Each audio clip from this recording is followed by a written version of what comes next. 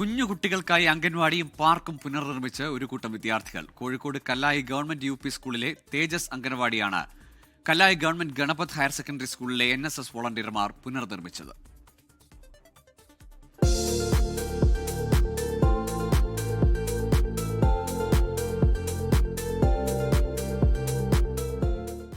ദിവസമായിരുന്നു ഈ വിദ്യാർത്ഥികൾക്ക് മുന്നിലുണ്ടായിരുന്നത്. പൊട്ടിപ്പൊളിഞ്ഞ പാർക്ക് കണ്ടപ്പോൾ അത് പുനർനിർമ്മിക്കാൻ പറ്റുമോ എന്ന ശ്രമത്തിലായി. പിന്നെ ഉണ്ടായത് ഈ പാർക്കാണ്.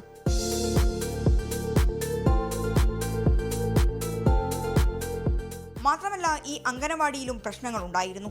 അതെല്ലാം പരിഹരിച്ച് പെയിന്റ് അടിച്ച് ചിത്രങ്ങൾ വരച്ച് പുതിയൊരു അംഗനവാടി തന്നെയാക്കി.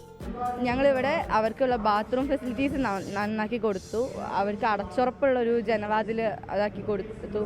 അവർക്ക് വേണ്ടിയിട്ട് ഇത് പുനർനിർമ്മിച്ച്, അതായത് മോഡിഫൈ ചെയ്തു, പെയിൻ്റൊക്കെ ചെയ്തു.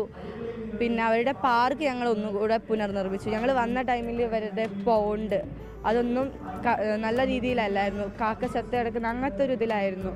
ഹയർ സെക്കൻഡറി NSS സപ്തദിന സഹവാസ് ക്യാമ്പിന്റെ ഭാഗമായിട്ടായിരുന്നു അംഗനവാടികളെ ദത്തെടുത്ത് നവീകരിക്കുന്ന സ്നേഹാങ്കണം പദ്ധതി.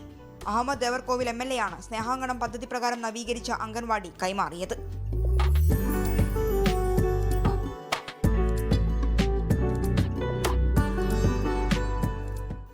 കോഴിക്കോട്. ലോകത്തെവിടെയായാലും ഏത് സമയത്തും 24 വാർത്തകളും ഓഗ്മെന്റഡ് റിയാലിറ്റി പാക്കേജുകളും എക്സ്പ്ലെയിനറുകളും വിശദമായി കാണാൻ ഞങ്ങളുടെ YouTube ചാനൽ നിങ്ങൾക്ക് സബ്സ്ക്രൈബ് ചെയ്യാം.